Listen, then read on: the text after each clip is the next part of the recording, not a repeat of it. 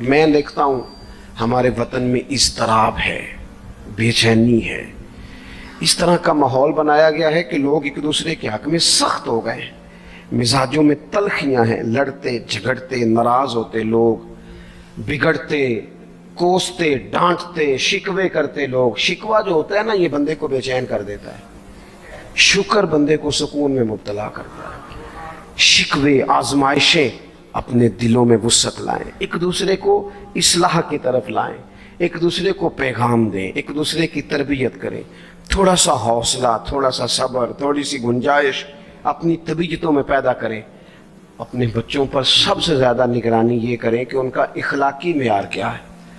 اگر میں اور آپ خدا نہ خواستہ بچوں کو صرف یہ تربیت دیں گے نا کہ وہ پیسہ پیسہ پیسہ پیسہ، شادیاں بھی پیسے دیکھ کے کریں گے، تو یاد رکھنا پھر ایک دن وہ یہ بھی کہیں گے کہ ابا کاشتوں کو ڈھابے کا کام کرتا تو آج ہمارے پاس بھی پیسے ہوتے۔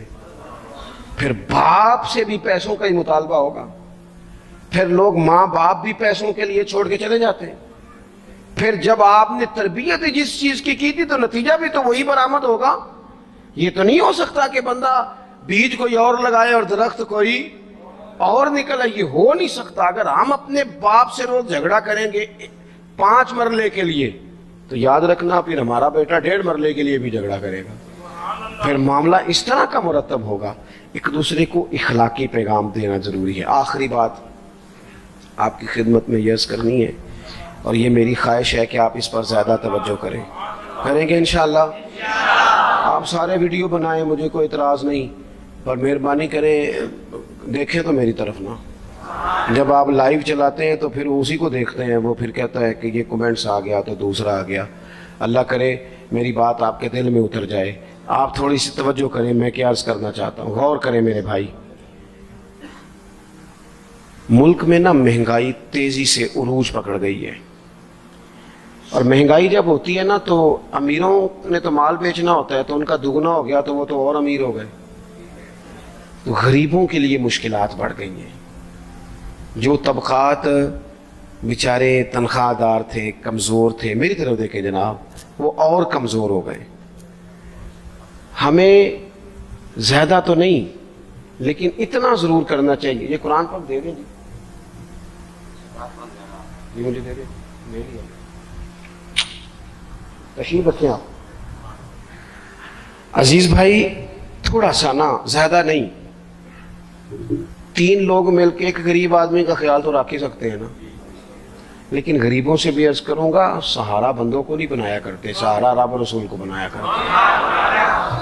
کسی سے تھوڑی سی مدد لینا تو ٹھیک ہے، چلو آگے جانے کے لیے تھوڑا سا سہارا لے لیں کہ اب مشکل ہے تو یہ کراس نہیں ہو رہا رستہ، تھوڑا سا سہارا تو لے لیں۔ لیکن جو لوگ مستقل سہاروں پہ آ جاتے ہیں ان کا تو پھر اپنی طاقت ہی ساری ختم ہو جاتی۔ گردن کو جھکا دیتا ہے خیرات کا پتھر، جہاں میں مانگنے والوں کے سر کبھی اونچے نہیں ہوتے۔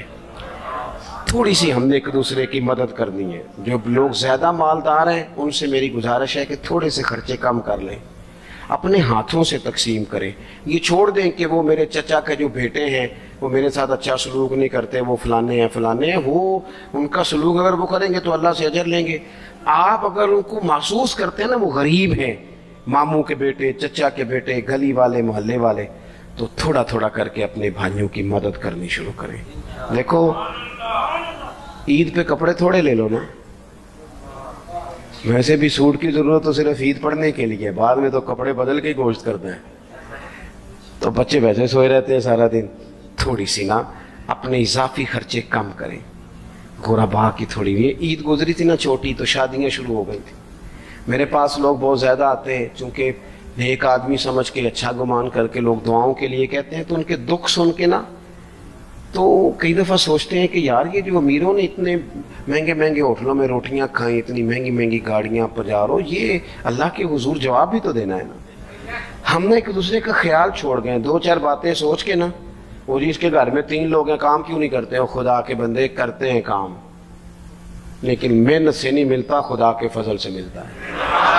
تیرے اوپر فضل ہے، تجھے باتیں آتی ہیں، لیکن کئی دفعہ سارے بھی کریں تو رزق جب ہی آتا ہے جب رب چاہتا ہے۔ ایک تو وہ لوگ ہیں جو ہاتھ پھیلا کے مانگ لیتے ہیں، ایک سفید پوش ہوتے ہیں لا یسألون الناس الحافا، جو لپٹ لپٹ کے سوال نہیں کر سکتے، ان کو دیکھیں، بالخصوص اپنے بہن بھائیوں میں، قریبی رشتہ داروں میں، پڑوسیوں میں تھوڑی تھوڑی لوگوں کی مدد کریں اور اپنے خرچے بتدریج کم کریں۔ خواہش تو بچوں کی طرح ہوتی ہے، ایک خواہش پوری کریں تو دوسری پیدا ہو جاتی ہے، دوسری پیدا کریں تو 4 خواہشیں اور کھڑی ہیں۔ یہ نفس تو بچے کی طرح ہے، اپنی خواہشات تھوڑی کم کر کے۔ یہ حکومتوں سے آپ امید نہ رکھیں، ہمارے ملک میں جتنی سیاسی جماعتیں حکومتیں کر چکی ہیں یا کر رہی ہیں، ان سے کوئی توقع نہیں۔ یہ بیچارے تو اپنے جھگڑوں سے ہی باہر نہیں آتے، انہیں کیا خبر کہ قریب کہاں بستا ہے۔ جب تک بندہ وہاں سے ہو کے نہیں نہ گزرتا جو اصل جگہ ہے، تمہیں یہ جو تم اے سی والے کمروں میں بیٹھ کے اور جناب نیسلے کی بوتلیں رکھ کے پریس کانفرنس کرتے ہو، تمہیں کیا پتا ہو، تمہیں کیا خبر ہو کہ بچوں کی فیس دینی ہو تو بوڑھے ماں باپ پہ کیا گزرتی ہے؟ تمہیں کیا خبر ہو کہ عید آ گئی ہے تو بوڑھے کس طرح مشورے کر رہے ہیں کہ اگر عید کر کپڑے نہ کر لیتے ساس گلا کرے گی؟ تمہیں کیا خبر ہو کہ کچھ غریب ایسے بھی ہیں جو بیچارے رات کو مشورہ کرتے ہیں کہ صبح ناشتے میں گھی کہاں سے لانا ہے، بچوں کے پراٹھوں کے لیے تو گھی بھی نہیں ہے، گندم امیر شہر کی ہوتی رہی خراب اور بچی کسی فقیر کی فاقے سے مر گئی۔ خدا را مہربانی کرے، گنجائش پیدا کرے۔